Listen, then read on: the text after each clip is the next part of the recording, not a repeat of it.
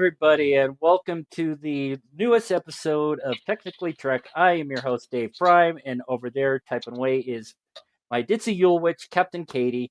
How are you doing tonight, my dear? Well, my voice seems to be getting better with the more anti-homicide juice I drink, so yay. Yay. I don't know what went wrong with it, but I've not spoken a word in like a good few hours because I've been reading and watching the episode. And when me and Dave came on here backstage, Dave was just like, he looked at me really worried and he's like, "You don't sound too good." I don't know what's wrong. Yeah, you missed out on it. You're too busy looking at your keyboard. I had a different little tag there right before we started the episode. Saying I'll bring it up in a moment, but all good things must come to an end. Saying this is the final episode, at least for now. Come on, Netflix, pick it up, please pick it up. Saying, but they did end this series to a point where you kind of called it that if we don't have it anymore,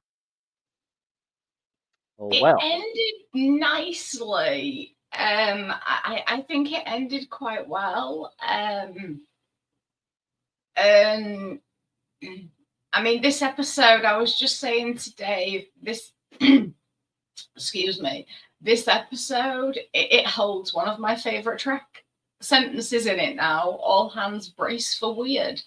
And I think that is kind of like a bit of it reminds me of all of Trek. It reminds me of Dangerous Thoughts because, all hands brace for weird. That is kind of like, I mean, that's just me all over. And, I loved that. That really resonated with me. So, yeah, I really liked the episode. I could have had it a little bit longer, to be honest. I'm quite disappointed. To be honest, the only thing I'm disappointed about with this episode really is, well, two things. I've been waiting for like 5 seasons for Tindy and Rutherford to bloody kiss, but they never did. And I don't think they ever would. And, I'm kind of glad, but I'm a bit disappointed at the same time. But I think the only thing that disappointed me in the episode was that it wasn't long enough. And I don't usually say that about an episode of Trek. Yeah, it did go a little longer than the typical Lower Decks, but it just still wasn't quite enough. Yeah, it could have done to have been like a full-length Trek episode, like 45 minutes. Rather than like the 34, because I do think they could have expanded on a few things. I mean, don't get me wrong, I loved the episode, but I do think that a certain few things could have been expanded on. There are 2 things that confused me with this episode, but we will get to that as we go along. I think we got some people popping in, so let's engage the core and bring Travis and Tyson into the conversation. Oh my god! That's what I can shoot you with this.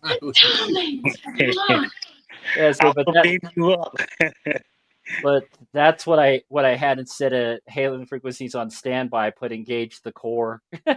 Engage the core. Engage the core. Nice. Initiate plasma flow. By the way, I got something in the airmail today. Woo! You got it! Well, I should have thought so because it all goes through California. So I did not, because I just got the mail a few minutes ago, did not read the note inside. I just read the card. So I will have to do that very shortly here. I didn't mail the cards until Saturday, which today's Monday. So Tuesday where you are, Katie. So you'll very likely get it after Christmas. Well, the only people who have received their Christmas cards who I know of now is you, Chris, and Hugo. Nobody else has received theirs yet. Unless Travis has received his. No, I have not. So, Travis, you might get mine tomorrow. Dave might get mine tomorrow. Maybe. But if not, then it'll be Thursday or Friday. And I have no idea how long it takes snail mail to get to England. No idea. Like, Well, I did regular first class I'm mail. here about 2 weeks. Oh, God. Well, so happy St. Patrick's Day when you get my card. I guess. Happy St. Patrick's Day. I'll just have an extra day of Yule. Don't worry. Let's see. I just want to put a question out to the three of you.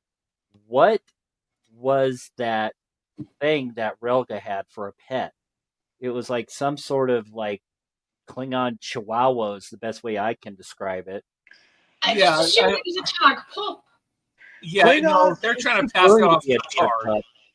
You know, Klingons usually have some of the craziest pets in Star Trek that we see. You know, that we would consider, oh my goodness, it looked like it'll, take your fingers off. And you'd be like, huh? Well, a couple of episodes ago, we saw Targs, right, in the Klingon. Yeah, and so that's what lower decks Targs look like. Whatever this was, it was not a Targ. It was It was some kind of unicorn Chihuahua pink thing. I don't know. It just wasn't. That evolved into a clam. Let me ask this question, not to get real off rail of anything what we get ready to talk about Star Trek, but is that what y'all have imagined what creatures on other planets would look like? A type of unicorn looking, if they're, there may be intelligent life like us, but like creatures, like we have dogs and cats. What would these animals look like on other worlds? Hey, if all the animals turn into little cute things like that, that puppy was so cute. What was in the previous its episode? own Klingon way. Previous episode, they had those cute little things, and all they turned out to be was they kidnapped everybody. The Quapans. Yeah. But I absolutely love that little pup that was on her lap. I really love that. It kind of reminded me of a Klingon Chori. Well, don't forget about the Moopsie. Yeah. Moopsie, were they bone eaters? What were the Moopsie? Yeah. Bone drinkers. Bone drinkers. Yeah, didn't they eat like bone marrow or something, or was it just the whole skeleton? The whole skeletal structure. The whole because skeleton.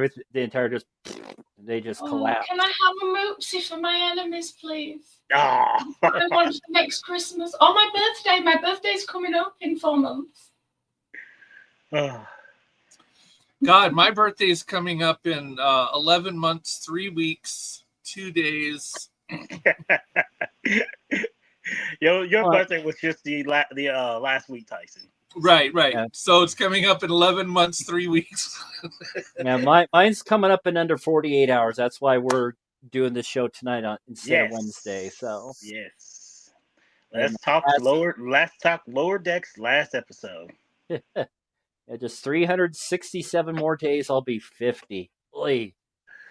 Yeah. Now, is this the last episode of the season or of the series? Series for now. Unless like Netflix or some other streaming service picks them up. They did leave it open. I did mention, they might leave interpretation to for it to come back, and they really did. The ending of Lower Decks was which I said earlier about how fast it went. I thought it could have been a little bit longer as well, but the way they left it open for a possibility, I suspected as much. And there we go. We got multiverse. You can explore the multiverse. I'm watching Dragon Ball Z, which premiered, I think, over a 3-year period. 291 episodes over a 3-year period. I mean, the Japanese animate must be like the Roadrunner, so fast. And this isn't computer animation. This is from the 90s. I mean, things were hand drawn, Yeah. And yet, 291 episodes in 3 years. I got an emergency. I got to step away for a second. I will be back as fast as I can. Okay. Hey, you know what they say in Jurassic Park? When you gotta go, you gotta go. Yeah. But you know, today it's like they do 10 cartoons and that's supposed to last you a whole year. Then they do 10 more and that's supposed to last you a whole year. I mean, everything seems like it's 10. Like when any live action show comes out, it's 10 episodes per season. The original Star Trek only had 3 years, right? And they did 79 episodes in 3 years. What is that? An average of a little over 25 episodes a season? And they follow that formula with TNG, DS9, Voyager, and Enterprise. Right. You know, and that whole formula, you know, because it was all syndicated in network TV and stuff and everything. And now it's all about streaming service. And streaming services, you see now, they only get like, you know, half, like not even a half, a quarter of, you know, what we would be used to as a Star Trek show. You know, it's like we're used to almost close to 30 episodes, but yet, you know, we only get 10 now these days, and we're used to seeing, like, you know, the middle of the run. It's like, you know, from the end the end of the summertime going into the fall all the way to the springtime, and you will constantly always get some new episodes and stuff. But like now you just get 10. It's not everything though. I mean, it seems to happen more with Trek, and it seems to happen more with like sci-fi that this happens, but and like, yeah, to some degree fantasy as well. But I mean, it's like you look at the Arrowverse. That the Arrowverse only ended, what was it, last year? And they were running on like 24 episodes a season for each of their series, like Arrow, Supergirl, Legends of Tomorrow, The Flash. I've not seen The Flash though, my bad. But it's not everything. It is the majority of stuff. I'll agree with that, but I think the reason why they've started shortening things is because of the binge watching craze. And it's easier for people to binge watch, especially the way Netflix drops things, because Netflix will drop a season at a time. To some degree, that's a good thing. To some degree, it's a bad thing. But people feel compelled to binge watch if it's all there. Now, me, myself, and I started binge watching before binge watching was even a phrase, let alone a thing. And I used to record, like, it started with Buffy the Vampire Slayer. I would record the full season before I watched it, because I'm kind of like Sheldon Cooper. I have to have some closure. And also I'm very impatient with a few things as well. But I would binge watch before binge watching was a thing. But it's kind of become a habit with me now.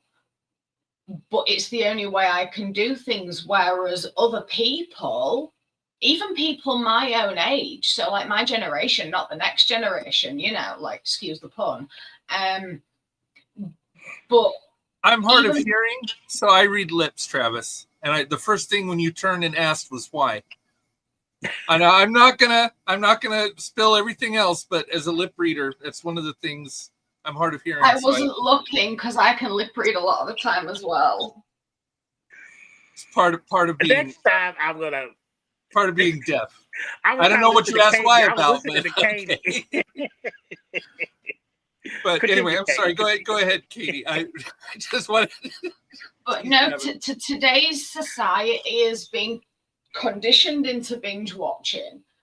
It's kind of been forced on society, and this is why I think a lot, whereas me, I chose it, but now people have been conditioned into it because of like what Travis was saying about the streaming services, and it's all because of the streaming services and like on demand, why why people have been conditioned into it, because they're just like, oh my god, it's all available, let's watch it now, we have to watch it now, because they're terrified that it's going to get taken off, because some streaming services do that, and that's where it started. with limited series that were only available for a certain amount of time, maybe like 3 months, it forced people to binge watch. And now people have been conditioned into that with just regular series that ain't going anywhere. And I think that's why it's been shortened, with each season has been shortened, because it went from like 24 episodes down to 20 episodes, down to like 18, then down to 13, and now 10. That's how it's gone over the last 10 years. That's part of it. But here's the other reason. Dragon Ball Daima was just released. Right now it's only in Japanese with subtitles. It will be released in English starting January 10, with 1 episode a week being released with English dub. So what I'm doing is I'm going back and I'm watching Dragon Ball, which I just finished a couple of days ago, the entire Dragon Ball series. And to be honest, I've seen 1 or 2 episodes of Dragon Ball prior, but that was never my thing. I always watched Dragon Ball Z, Dragon Ball GT, Dragon Ball Super. And I only caught a couple episodes of GT, honestly. Z and Super were my favorites. But I'm going back to the very beginning and I'm watching all the Dragon Balls. Now I'm watching Dragon Ball Z. And part of the reason I'm watching Dragon Ball Z is because Dragon Ball Z Kai cuts a lot of... Dragon Ball Z Kai is only 150 some odd episodes, where the original Dragon Ball Z was 291. So a lot of that got cut out because they were trying to stick closer to the manga and the Dragon Ball Z Kai. So they cut out a lot of the anime filler. But I wanted to see the anime filler because there's stuff in there that if you miss it, you won't get it. So I'm watching, and I'm doing all this binge watching now so that when Daima comes out, like I'm all caught up, right? And people will do that when a new series comes out. You can say, I want to go back. Like if they were going to do a new Lord of the Rings, I would go back and watch the old Lord of the Rings all the way through, so it's all fresh in my mind for the new one. Yeah, I do that too. Rings of Power was another one, which is a kind of I haven't seen that yet, but really, I think Callie wants to talk to me. Yeah, Callie is down here meowing her ass off. Come here, cat. Like, pick me up, or you're going to get clawed. Oh, Callie, say hi to everybody. Oh no!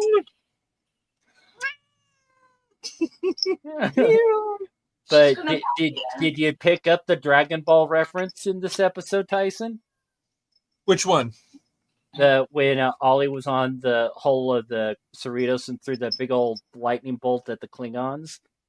Yeah, that little ball thing. The way she created it, and the way she a Kamehameha wave.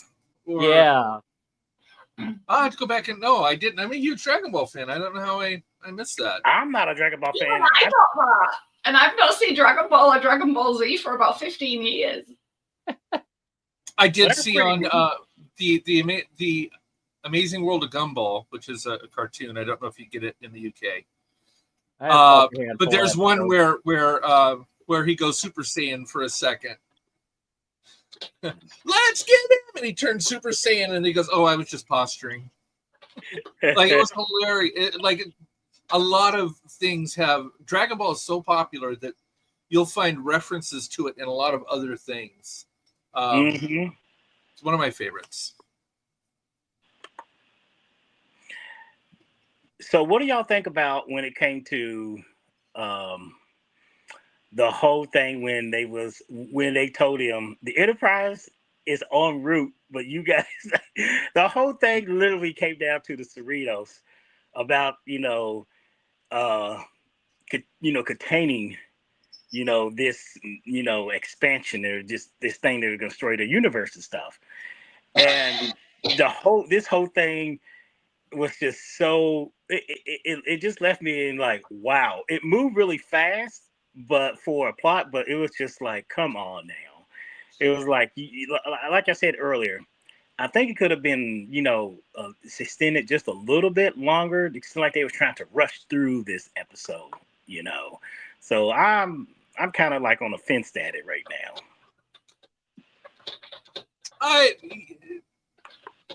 I hope they make more. Me too. It's very, when I think of American Dad or Family Guy, some of the McFarlane, and then you have the the Rick and Morty, style, and it's like you put them together, and it's great. But American Dad and Family Guy have been on for 20 plus years, and there's hundreds of episodes. I think, and you know what? It's still super popular. They're still making new episodes, and people are still watching. It's still making money. I don't see why Star Trek Lower Decks couldn't go on indefinitely, like American. How long has The Simpsons been on? 35 years, maybe? Yeah. And it's still The making Simpsons money. is epic. The Simpsons is epic. Do you know what? There is not one episode of The Simpsons that I don't like. There are episodes of Lower Decks that I don't like. But well, I think that Lower Decks could keep going. I don't like. I think that, well, that's true. Well, I was never huge. Like, I watched The Simpsons, but I was never like a huge fan where, I had to see every single episode. I haven't seen the last 4 or 5 seasons, but other than that, I mean, I've seen hundreds of episodes of The Simpsons. Okay, Callie has lost her damn mind. She's doing one of those cat things where she's running around the room, climbing up the curtains, running under the bed, over the bed. She just ran over the dog. Oh, she's got the zooming. Lost her freaking mind. It's like she got into a bag of catnip that I dropped somewhere. Yeah, that was my first thought. I love her. Or if you shoved a walk car up her butt. I wish I had my camera out and I could film her. She's just so ridiculous sometimes. She's hilarious. Did you guys catch when they was going through the field, the Schrodinger field, and Captain Freeman was like, "Prepare to brace for weird." Yeah, that is my favorite line of the show. Prepare to brace for weird. But just in of itself, calling it a Schrodinger field I think is hilarious. One of the first transformations of the Klingon was a transformation to the Discovery Klingon. Yeah, it was. Did you guys catch that? It was like, oh yeah. And yeah, when they went back to the Proto-Klingons, that was a callback to TNG when everyone on the crew de-evolved. Mm-hmm. Yeah, Worf became a Proto-Klingon. Yeah, and Worf became animalistically obsessed with Deanna. Klingons are one of those aliens that they have not kept consistent, because on the J.J. Abrams reboot, they looked very different. On the Discovery, in the first part of Discovery, they looked very different. And then on latter Discoveries, they looked more traditional, which is weird. Then you have, the TNG, which is, I think, the accepted Klingon. The motion picture, they looked a little different, but then they kind of stabilized around Star Trek 3. I think Star Trek 3 really set the tone for all future Klingons. Yes. I agree. But still, I mean, they're messing with the Klingons where Romulans really just always kind of look the same. I think in TNG, they had like a little head ridge here, like eyebrow head ridges, where the Vulcans didn't, so you could kind of tell them apart. But well, you do remember in Star Trek Picard, there is such thing as Northerners and Southerners. So some had I guess the more pronounced. I'm gonna call it the Neanderthal brow, or others didn't. Yes. but largely they stayed the same, right? Largely.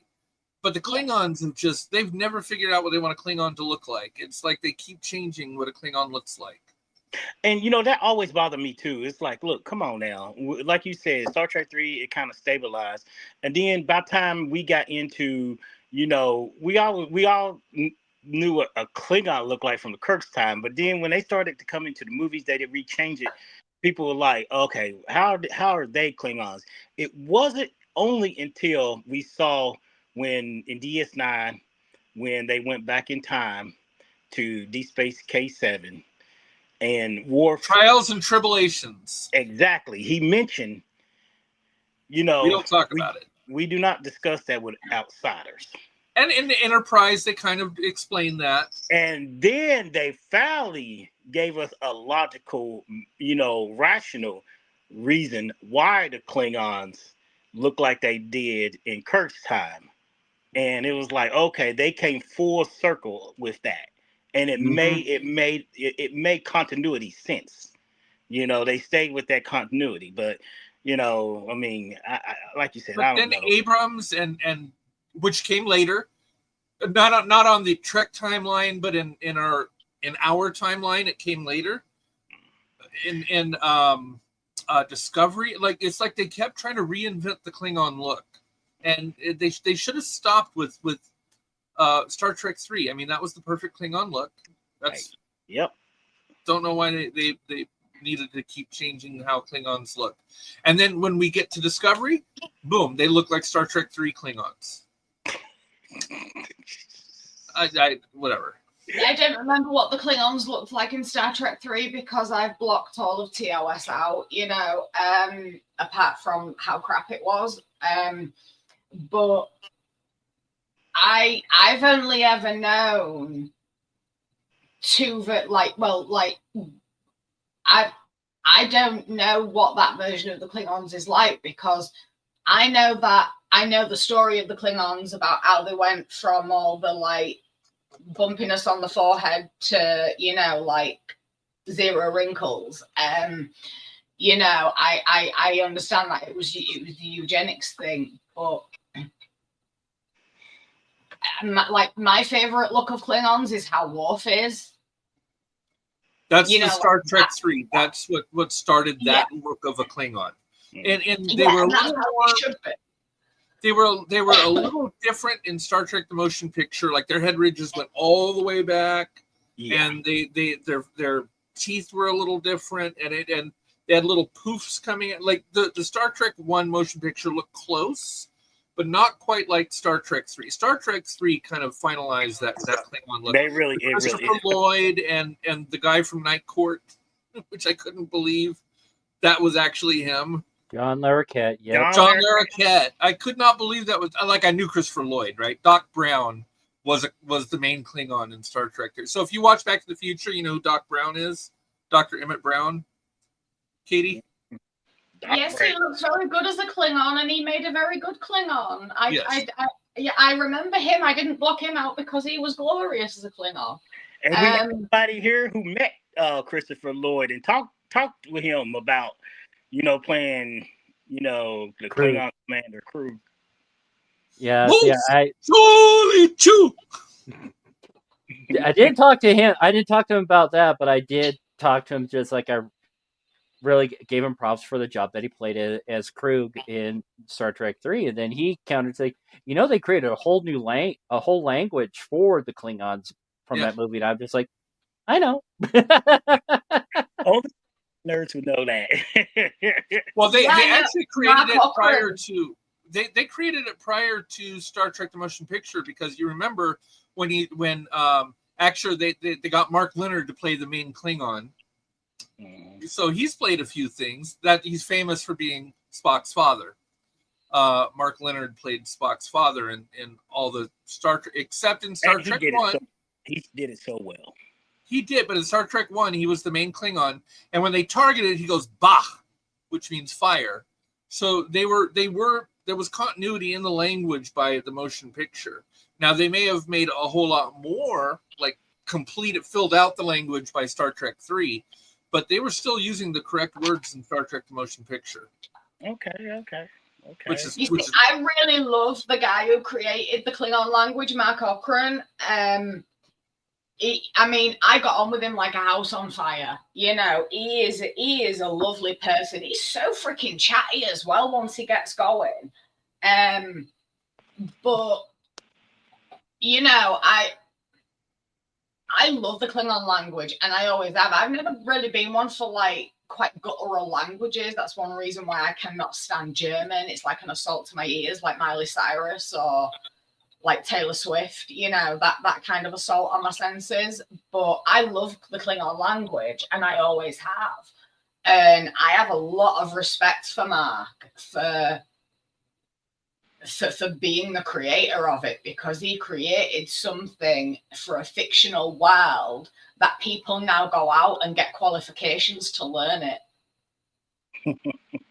You know, you can actually get a certificate, you can actually go on courses to learn Klingon.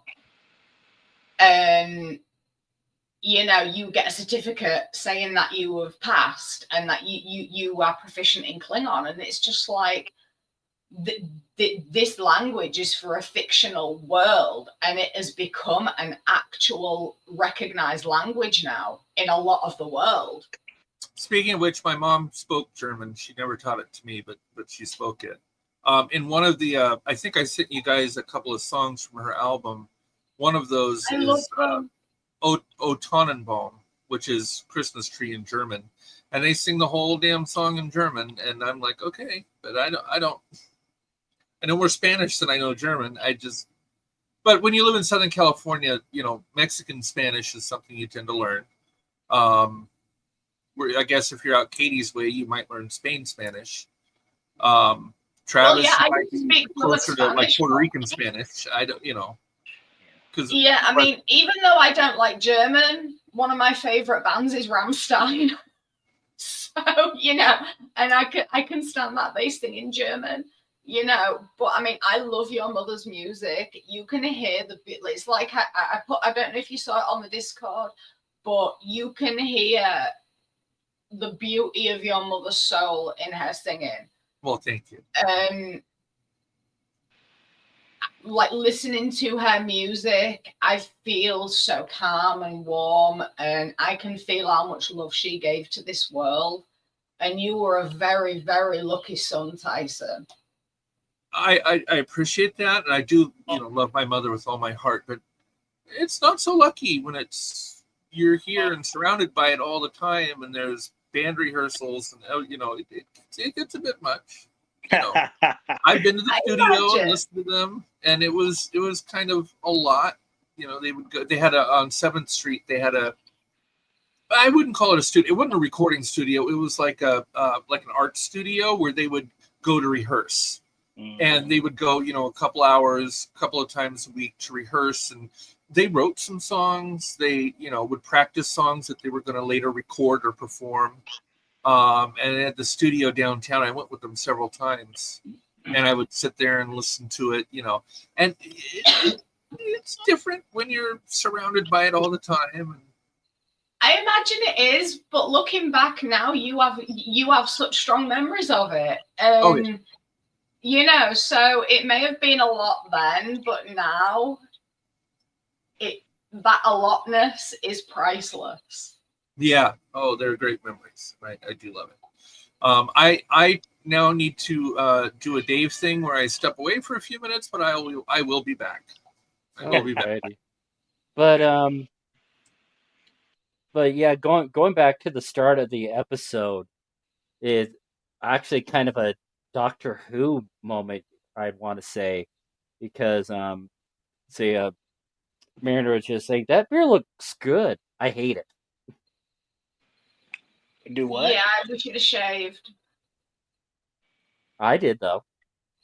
I know. I noticed yesterday. It looks very dashing, dear. Thank you. Same, but yeah, saying, like Malor said, today is not a good day to die. I remember that. Oh, that was funny. That's funny. I don't think I've ever heard a Klingon say that. They traditionally there was. I think there was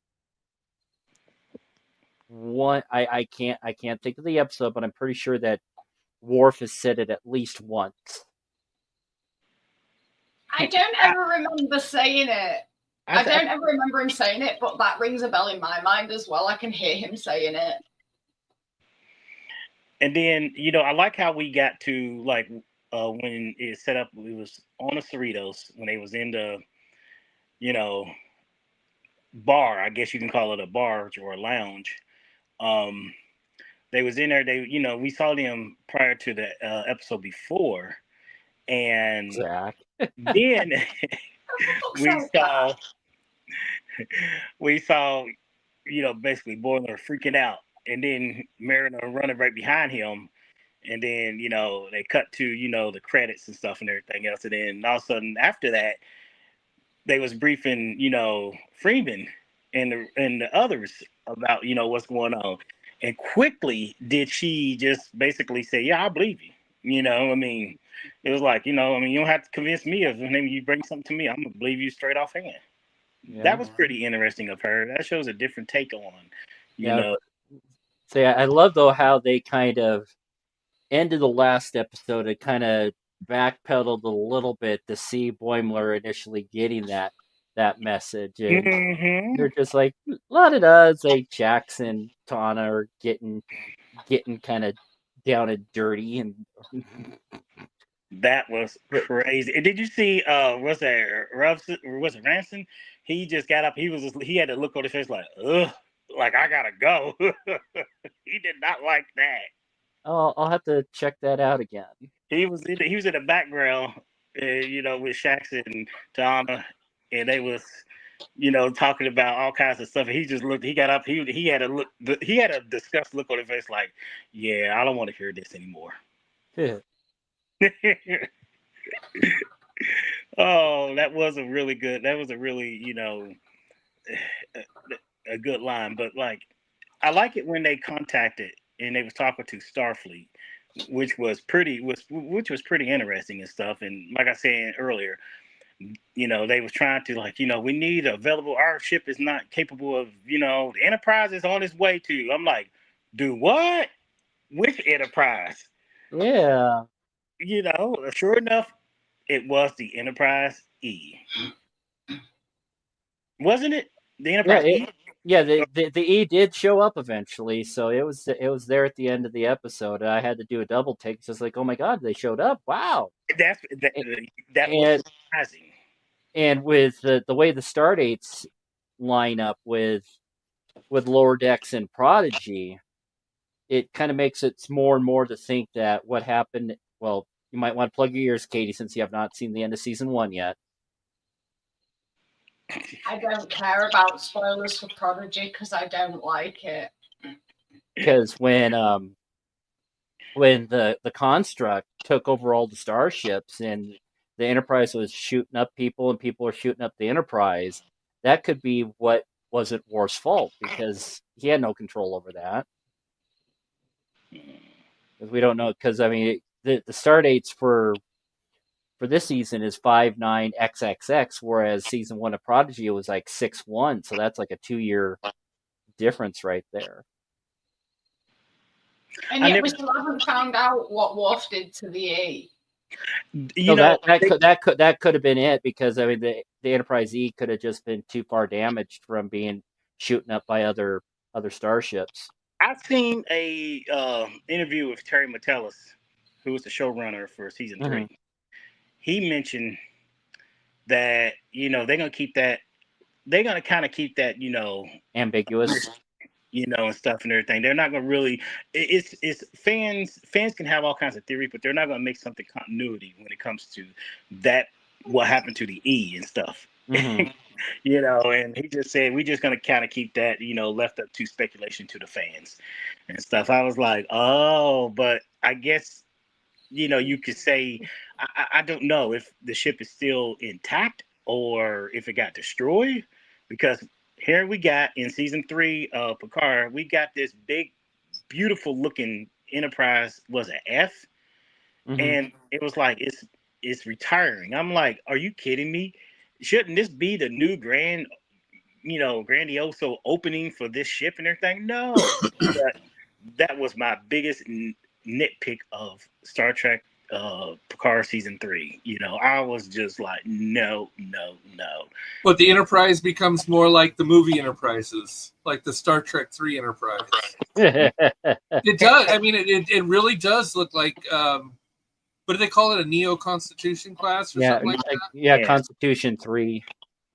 Yeah, so it really did have a feel of like the 1701A. It really did look and feel more like that, except the interior was very much like a sovereign class, you know, big, beautiful interior, not like the old Enterprise A's interior at all.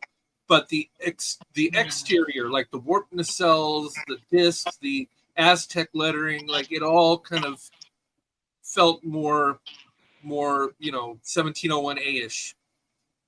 But I'll tell you, the 1701A is my favorite ship.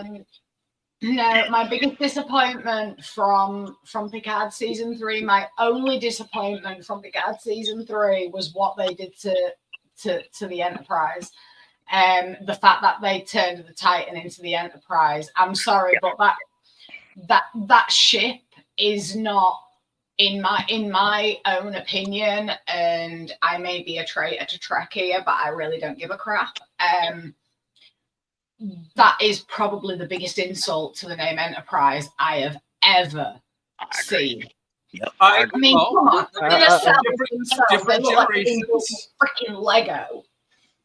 Different generations. I'll tell you, the Enterprise A, in my opinion, was one of the things I loved about the A, and I'll just be brief about this, or the 1701 rebuild, whatever you want to call it, because it's identical to the A. Callie. I did throw Callie. I tossed her. No, Callie hasn't thrown you. Oh, she hasn't thrown me. Well, if it's any consolation, Zach, I do have holes in my leg. She hasn't thrown me, but she's clawed the hell out of me. But if you look at the A, if you look at the A or the motion picture, redesign, it looks functional. I mean, it looks like a real spaceship, like somebody, put a camera in space. The way it was lit, the way it was designed, the way it. I mean, I felt like I was looking at a real starship. Everything else looked computer generated and didn't look very functional. Didn't look like it would really do what it was. And those ships glowed when there was no sunlight to illuminate it. Where the Enterprise A had all those lights all around it, and it was dark in areas that were a light from an exterior light shining on it. It looked more real. I don't know how else to put it. It just really, and it was elegant. It was beautiful. Now, it didn't have any of the fancy holodecks or any of the fancy stuff that living aboard a starship, would be. It was very much like a military vessel. I've had the privilege of getting to do a Tiger cruise on the USS Germantown and Kitty Hawk, and I've got to the Midway Museum, the USS Midway, and I know what a military ship looks like, as well as being on several Coast Guard cutters. But that's what it feels like, right? The 1701A felt like you were on a military ship, where the 1701D felt like a cruise ship. It was completely. It was all about luxury. And you got to think about too the different time periods that these ships take place. Right. in the continuity of the Star Trek timeline and stuff. There was no such thing as families aboard or luxury aboard. They were explorers, but they wasn't the type of explorer type vessel for R&R. They didn't have long term thing where we gotta put in stuff like like something that can a movie theater, or something that can make people feel very relaxed and stuff. Like you said, in that time frame they were looking at it as a military / explorer vessel and stuff and everything else. Right. And I think that they struck a really good balance with the technological look of it. Like if you go back to the original 1701 television show, that did look kind of hokey, and they had memory tapes. We don't even use tapes now. They're using tapes 300 years ago. I mean, it was kind of silly, and the buttons and everything. It was so 60s. But I have to say that the 1701A, like when they got to that and everything, it looked so much more functional, like it was a real thing. It looked like a real thing. It was a beautiful ship. 1708 was just beautiful. I agree. The Titan was a great ship. I mean, I know Katie. I feel that way. I swore I thought that ship was going to be called Picard when they was getting ready to introduce the name, when they was taking Picard, and they were just like, sorry for the subterfuge and stuff. I swore I thought they were going to have a ship named after Jean-Luc Picard or something. I was just like, oh my God, but turned out to be, okay. I mean, I've only cried a few times in Star Trek. One was when they blew up the Enterprise in Star Trek 3. That was, the Enterprise was destroyed. That was heartbreaking. Star Trek 4, when at the very end where they're coming towards Excelsior and they think that's going to be their ship, and then it goes right over the Excelsior, and you see 1701A, people were just bawling. Like that was like the Enterprise's death. That was fantastic. And recently in Star Trek Discovery, and this was just after the 2020 election cycle, where Stacey Abrams was the president of United Earth. Now I know I didn't shed any tears, but it's like, aw. I shed tears because I'm very much into politics, and I know that Travis, here in West Virginia, not too far from Georgia, and that's Stacey Abrams is from Georgia, and I was so hoping she would become governor. I was not Brian Kemp, but I was, and I was so sad when she didn't. And when she showed up as the president of Earth, I was bawling. Like I couldn't believe it. Well, Tyson, I got you beat. When me and Dave was watching Star Trek, well, we was watching Star Trek together, but we was like, I was on the phone with him, and we was on speakerphone and stuff. And when that last scene where all of them was in a shuttlecraft and they was approaching, Azani Prime. It was approaching the fleet yard or the ship or the museum, and then the whole thing opened up, and then all of a sudden you just started seeing the lights pop on. I even said to Dave, I said, Dave, I got tears in my eyes. Oh, 1701D. Yeah. I cried. I was just like, oh my goodness.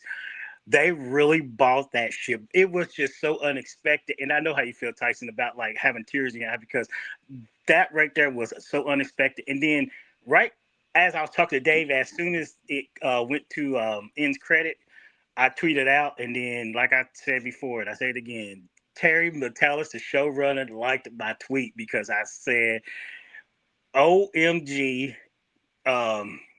something about like Star Trek Picard season 3 episode 9 had me in tears or something. Did they have to rebuild the set? I think he liked mine they saved too. the set, did they? Because that looked identical to the 1701D, but I think they had to completely rebuild the set. I don't think the D. Oh yeah, they rebuilt. That set was rebuilt with more upgrades. They actually had it was upgraded to more stuff that they could not do back then. Like more tactile interface. Think of that wooden arch that circles the bridge and then comes down towards the front of the bridge. That's all wood. Mm-hmm. That was probably the most expensive part of the set on the original TV show. Imagine having to find another huge piece of wood and carve that beautiful, or several pieces of wood, and carving that beautiful wooden architecture all the way down. That could not have been cheap. No, it could not have been cheap. It could not have been cheap and stuff. It was really, like I said, it was that between season or episode 9 and 10, it was a shocker to all of us Star Trek fans. It was a huge shocker to us and stuff. When it comes to, and everybody has their own like a witch enterprise. Because people like the 1701, which was the TOS, or they like the upgraded version of the Constitution class that was the movie version that was from 1979 throughout the entire Star Trek 6 franchise movies and stuff. And then we got to see briefly the Star Trek or Star Trek, but the Enterprise D, and we know what happened to the C. We know what kind of class ship that was, and then we already know about the D, the E. What happened to the E? Like and that's what we were just talking about before you came back on. It's like Terry Matalis in the interview said that he's going to kind of leave that speculations in just among fans. They're not going to put anything continuity about the E, about what happened to the E. They're just going to leave that speculation up to fans about like what happened. That was the flagship. The Sovereign was, and there were several Sovereign classes, not just the E, but I mean, the Sovereign was the flagship. I mean, you would think that this is only 20 years later, and in military ship time, 20 years is nothing. It's still a new ship. But they had the E, or not the E, but the F. The F came after the E, and we saw that briefly. And while the one we saw briefly was the F, they was retiring that ship. That ship wasn't coming out for her maiden voyage. They was retiring it. Disappointed me. I was like, you introduced us to this big, brand new looking ship that I thought was the flagship, but they're actually retiring. It's like, well, what's going to be the new flagship? And well, let me tell you, the J was stupid as. Yeah. Stupid as. I keep getting bleeped. Can I say that? Why is that not working? I'm being bleeped. Stupid as. Really? Anyway. Not me. So, Bat Katie. Yay! There we go. All right, so I got to jump. It's almost 6:00 Monday nights. We do have a net at 6, so you guys have a great rest of your show. Happy birthday, Dave, by the way. I know it's still 2 days away. Happy birthday. Have a wonderful Christmas, sweetheart. And everybody else, see, Zach can say it, but I keep saying, you got a potty mouth. All right, bye, guys. Good night. Bye, Tyson. Same, but hopefully they Travis is already here. As saying Phil should be popping in. That's twice in less than 5 minutes, Katie. What the heck? I don't know what the hell's going on. I'm sure Marla's waving her hands in the air for me. Katie, you're always having technical difficulties. I think you have some what they call some nanites in your systems. I've got fucking possessed systems, love. I must have. You got to get those Borg implants out of your system. Oh, honestly, I mean, I think I need more nanoprobes so that I can maybe sort the, and maybe some assimilation tubules so that I can just zap. See, one thing I got to ask: did any else of you get any like Nintendo vibes towards the end of the episode with Talin and Tendi doing that science yes. With the oh my goodness, yes. Yeah, oh my goodness. Totally thought of Phoenix Wright, Ace Attorney. Objection. Oh boy, everybody, just them trying to get to the rip of the fissure and stuff. It literally was like it was an event in itself. They were trying to avoid the Klingons while trying to, improve their shielding that, Starfleet sent them, and it wasn't enough and stuff. They were trying to, maintain, just trying to maintain all the systems and stuff. And then not only that, their ship kept changing, and then they changed it to a Terran form Cerritos. Yeah, a Terran Cali class, yeah. It's like, oh my god, our weapons are awesome, but they're offline. Oh, poor Jack. I love that. Shax got so excited about the weapons. He was just like, weapon systems inactive, and he's just, I actually thought he was going to cry. I thought he was going to cry. I think he did actually shed a few tears, though, but man, saying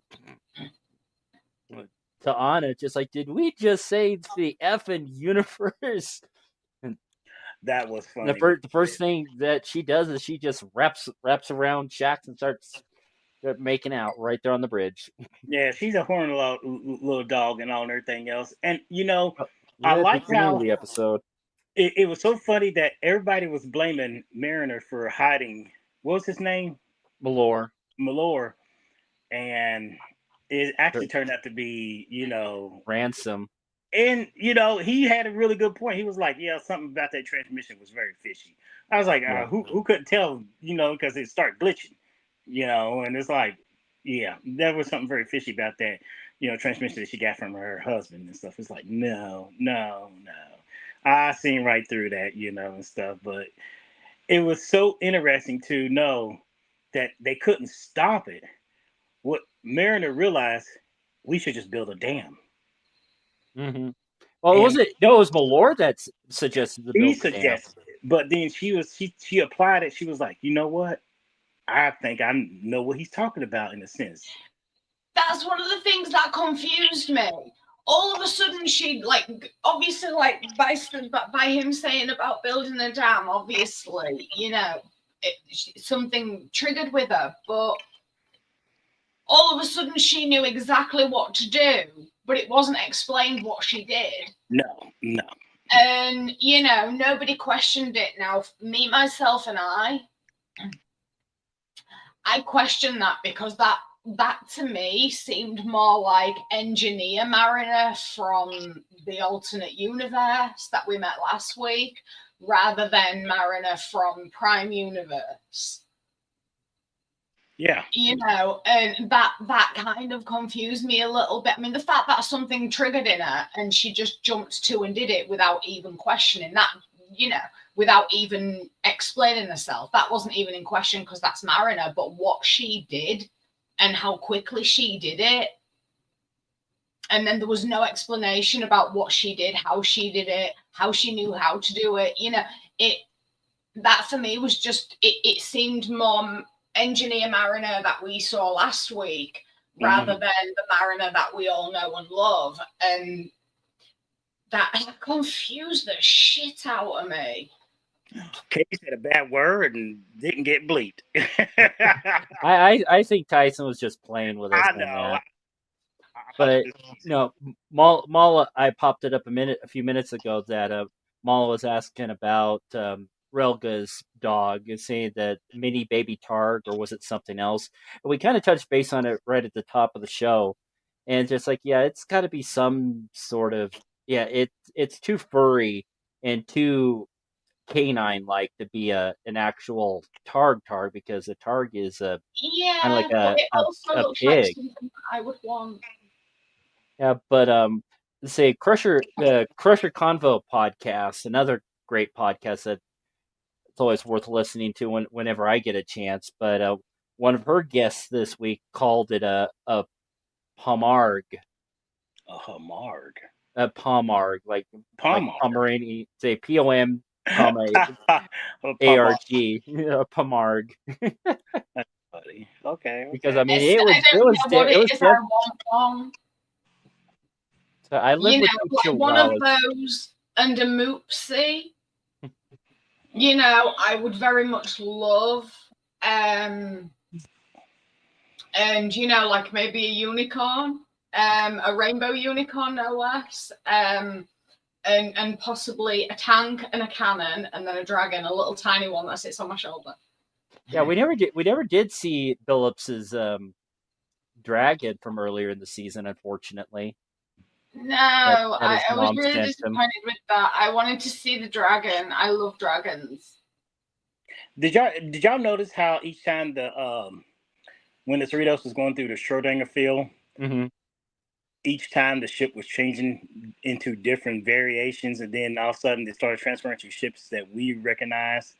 Yeah, like the Oberth, the Miranda class, the Excelsior class.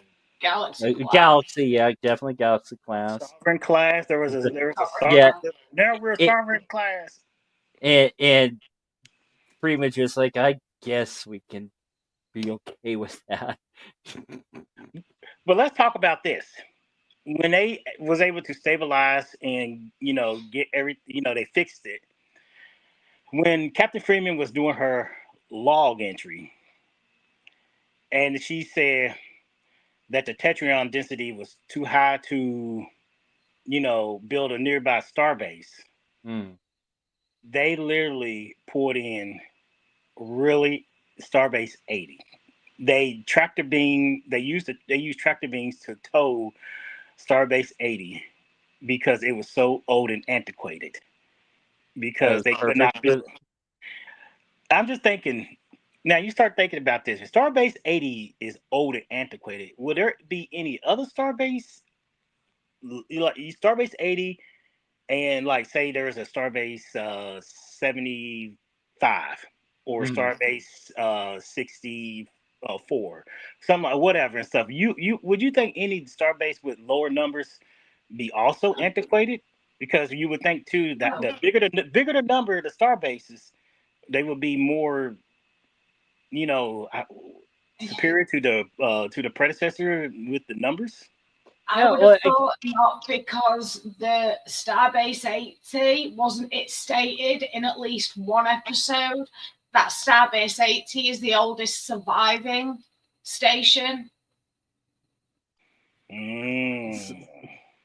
I'll have to watch back and see again, but also it's the fact that like Starbase One, the original Starbase One became the Fleet Museum at Azanti Prime, and then they put a new Starbase One there. So I mean, Yeah. it's kind of like they just don't put letters at the end to say it's Starbase 1A, 1B, 1C.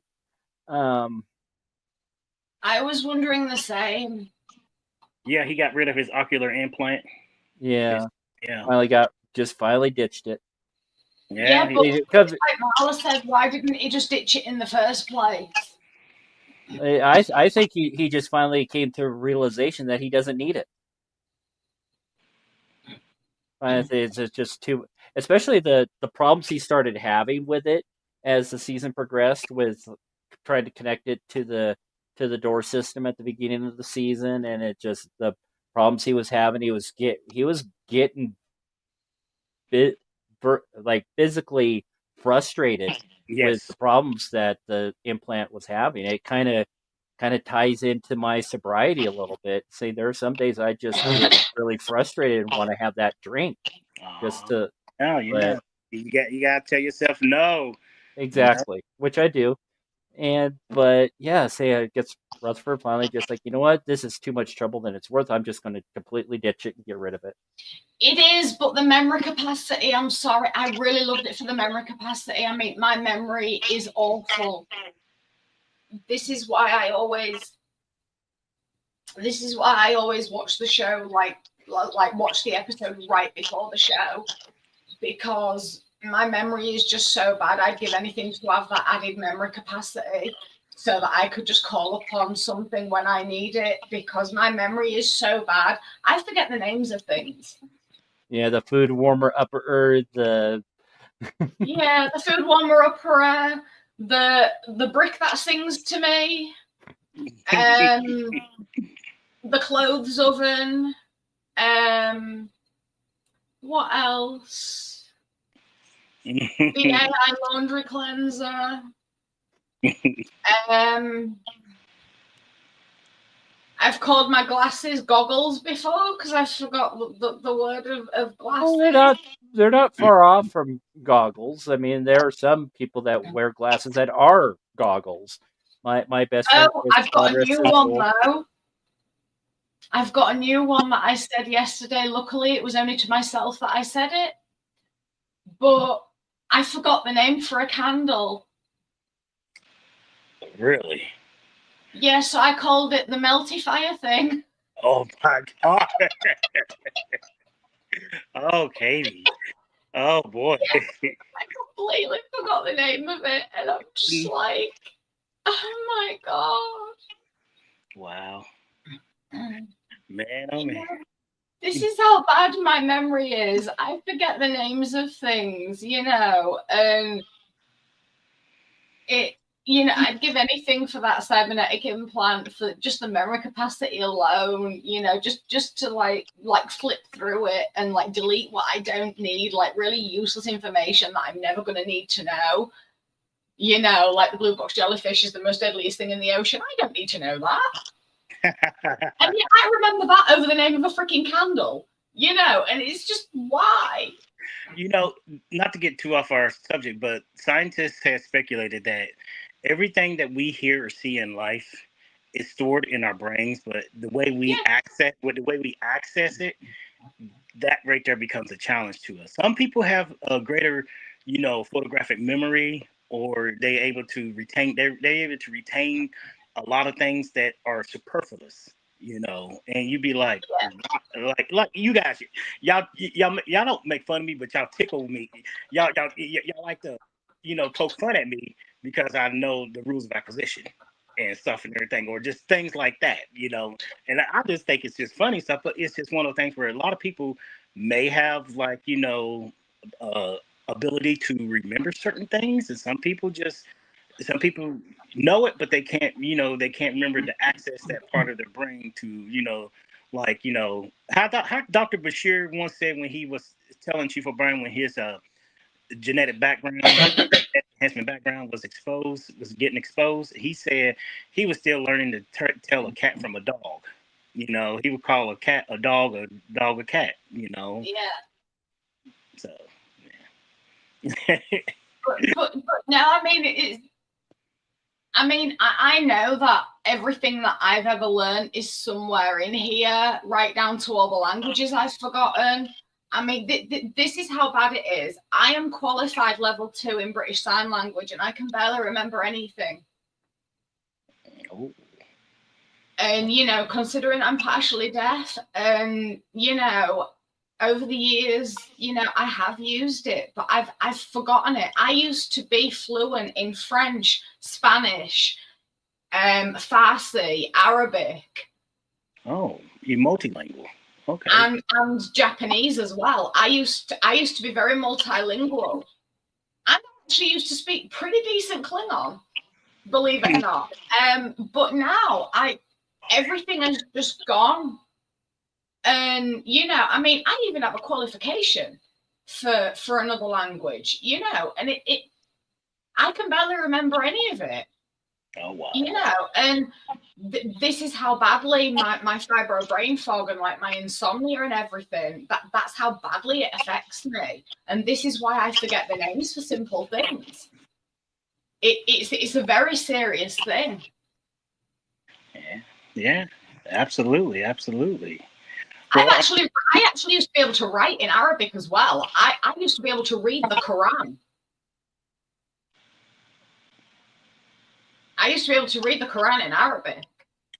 That's better than me because, I wouldn't even know where to begin to read some, how to translate, any Arabic, and stuff. At school, on all my exercise books, I would write my name in English, and then in the top right corner, I would write my name in Arabic. Okay.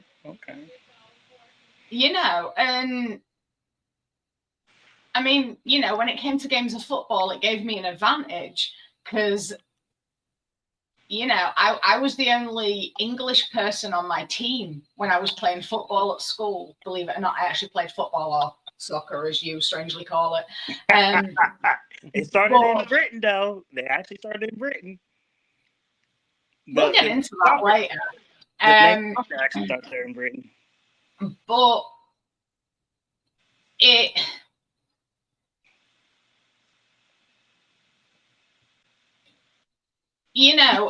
came in handy because, we could communicate without the other team knowing. And other languages came in handy for a lot of things, but now it's just all gone from my mind. Yeah. And I used to be able to read and write. I could never quite read Japanese properly, but I could get by. And like writing it the same. But for some reason, I took to Arabic really quickly. And Farsi as well, like it's like Farsi is like a bit of a variant of Arabic, but well, I never studied Islam. It was just something I did because I could. I read the Quran because I could, because nobody believed me that I could read Arabic. But it. Like with the French and the Spanish as well, it came really quickly. I learned them. Yeah, I was actually considering at one point going for my my qualification in Klingon because I actually got quite good at it, and now I can barely say a few phrases. This is how bad my memory is.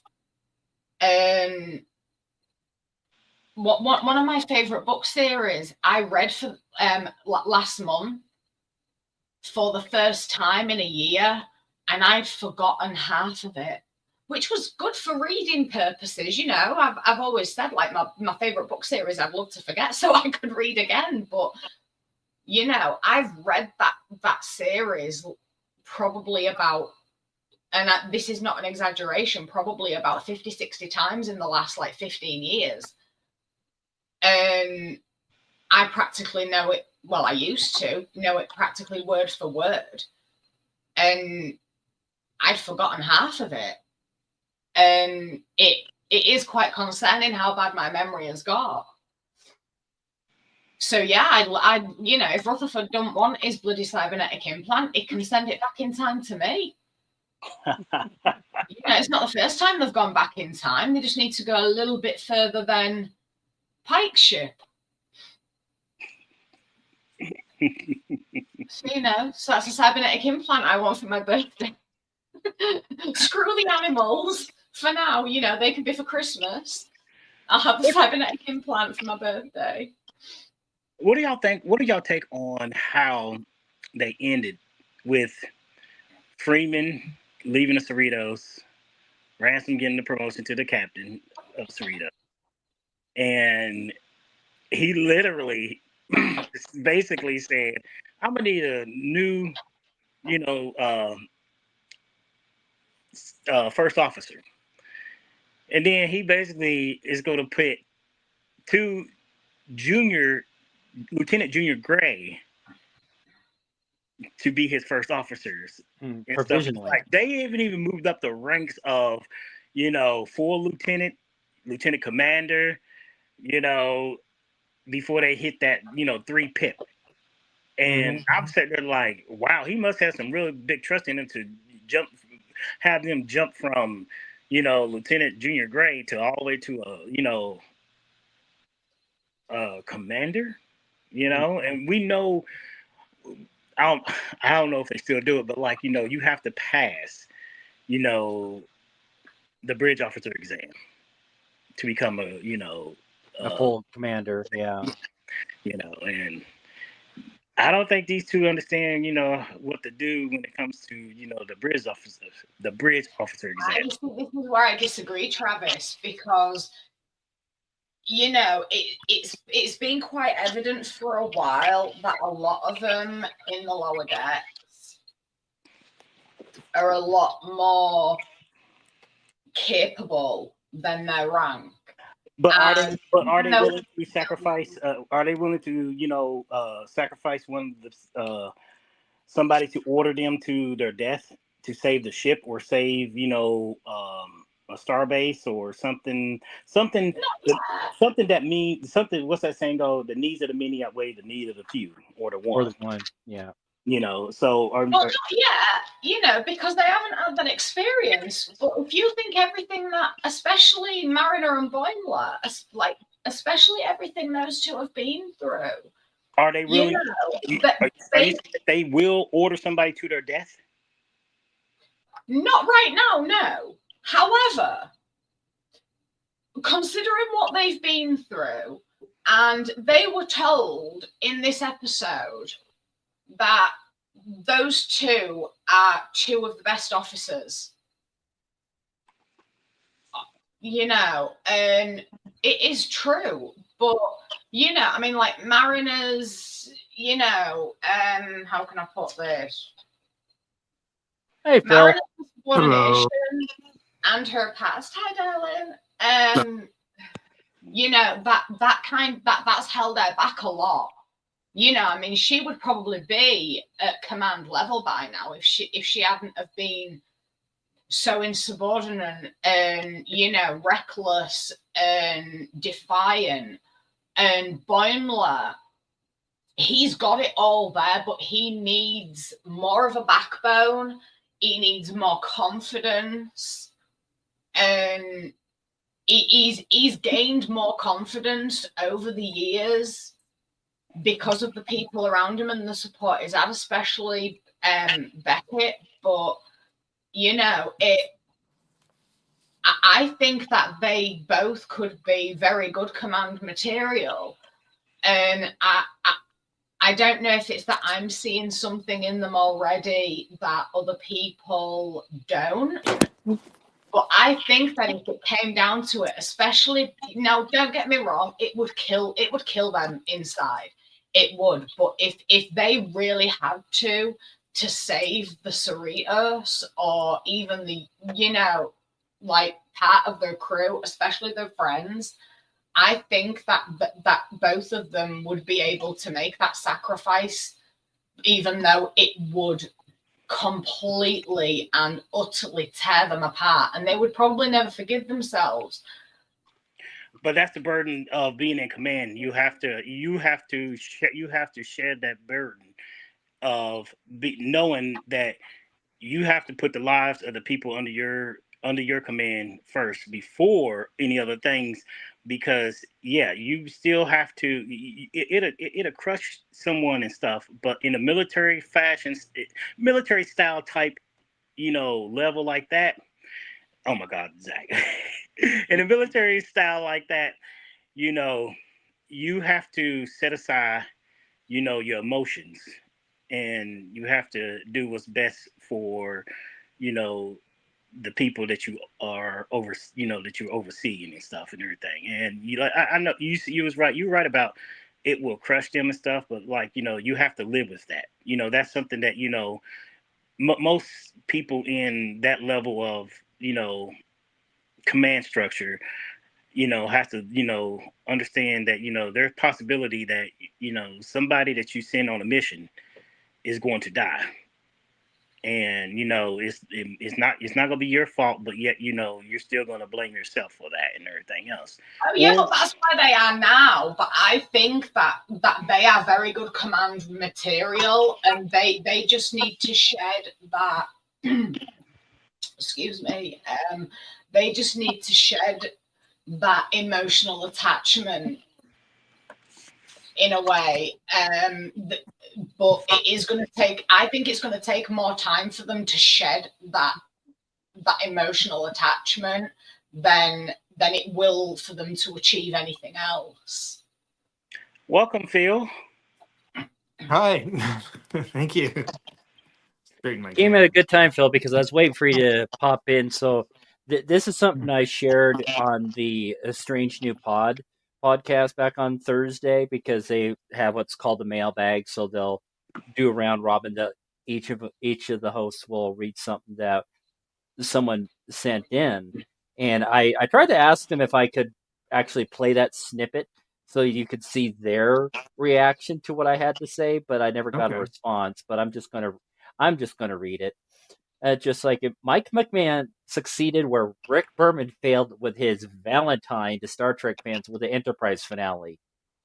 That is what happens when you have someone who truly understands and appreciates what Star Trek truly is, an optimistic view of what can be when people get together to achieve a common goal. While the story may be over for now, they have left it wide open for more adventures, whether it be in the form of broadcast or print media. And I say possibly the most surprising cameo out of this episode would have been the Enterprise E, and then you got Guji glitching out, Ollie returning, and Lieutenant O'Connor came back from the koala. Right there at the end of the episode when Tana was working on that Bajoran, a guy just drops out of a portal and that was Lieutenant O'Connor, who Tendi kind of screwed up his little ascension thing, so he de-ascended. Oh, I gotta watch it again. Yeah. And then of course a bunch of the girls were using the sex candle. Yeah. Oh my God, I forgot about the sex candle. Yes. Yes. Oh my goodness. I love that. I adored that bit. That made me chuckle. They did so much. Yeah, I ended the little thing. May we forever be and root for the scrappy underdogs. Arf, arf. Especially since Cassie was there again, just like arf, arf. That little arf, arf still makes me laugh. I should grab that as an audio clip to use for future podcast. It's like, arf, arf. Absolutely. And what was your take, Phil, about this last episode of Star Trek Lower Decks? Hmm. Don't feel So bad if you repeat stuff that we already said. So yeah, I'm sorry, I'm in late. Yeah, I'll explain later. I had to just came back from shoveling a driveway, and it's brutal Yay, outside right snow. now. So I'm tired. But I'm gonna have to give it another watch. Um, I was oh boy, I was a little disappointed in it. I think it was a nice way that they wrapped it up at the end. I was okay with that. The episode as a whole, I was a bit disappointed with. Um, Do tell. I considering the week before was so good, Yeah. and so many cameos and so much going on, and I kind of felt like a lot of this,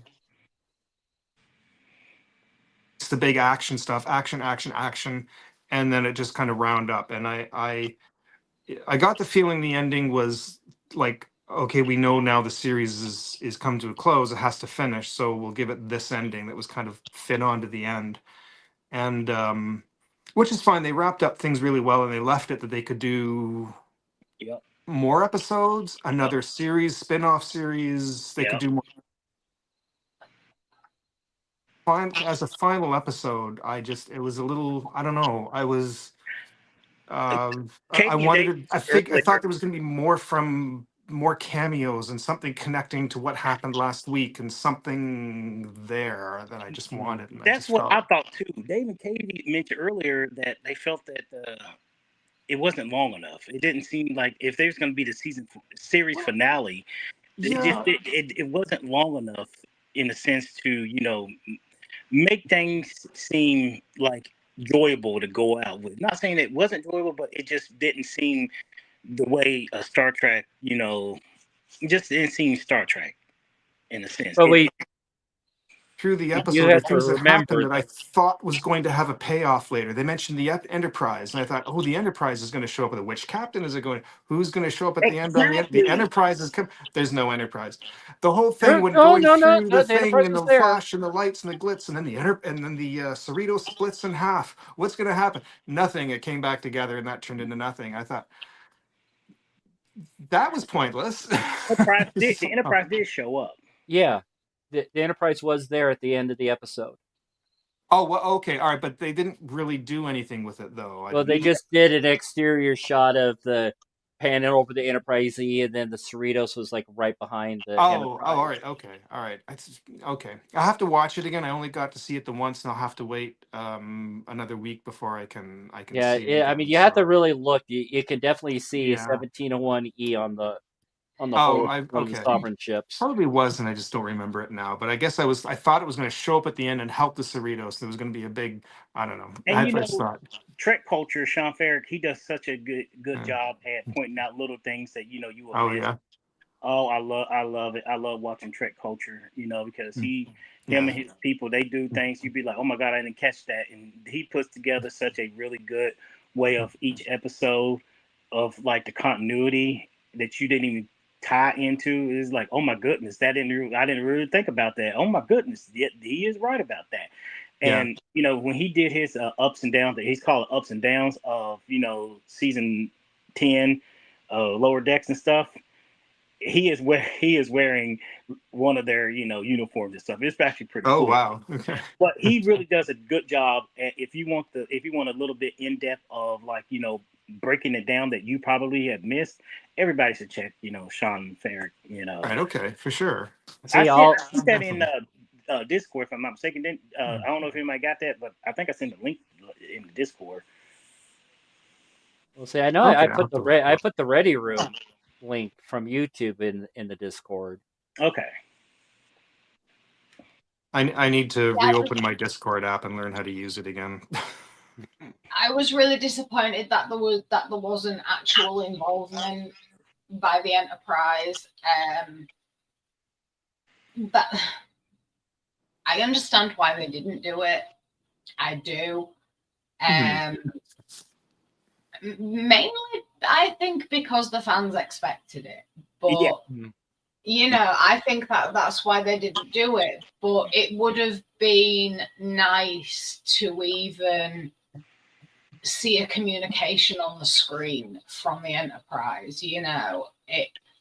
That would have been nice. Just like a communication on the screen between the Cerritos and the Enterprise. A cameo. It'd be like who at that time was commander of the Enterprise? Was Picard still command, or was it Worf after he left?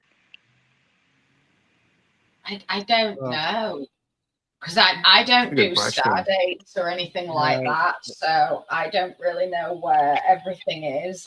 But I almost feel like it was probably written in the script and maybe even partially animated, but in the end, for time, they might have edited it out. I feel like it was setting up for that, and that it was removed in production. But I think that more could have been done. It's like I said at the beginning of the show. For a season finale, we only had an extra 5 minutes? Yeah. Than we normally do, and I'm sorry, but that is not enough for a season finale. Mm-hmm. We should have had rather a double episode in one, or like a full 45-minute Trek episode, rather than like a 34-minute episode.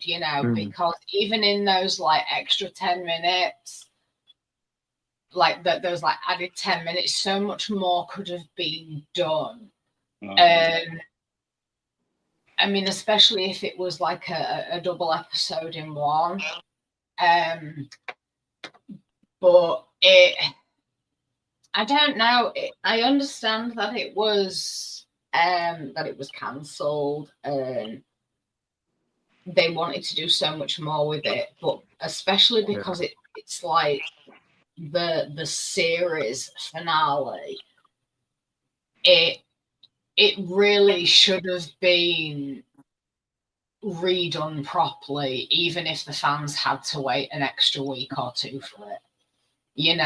In my opinion, it would have been worth more waiting an extra couple of weeks for a decent length season finale and doing a double episode one, rather than just adding an extra 5 minutes onto it.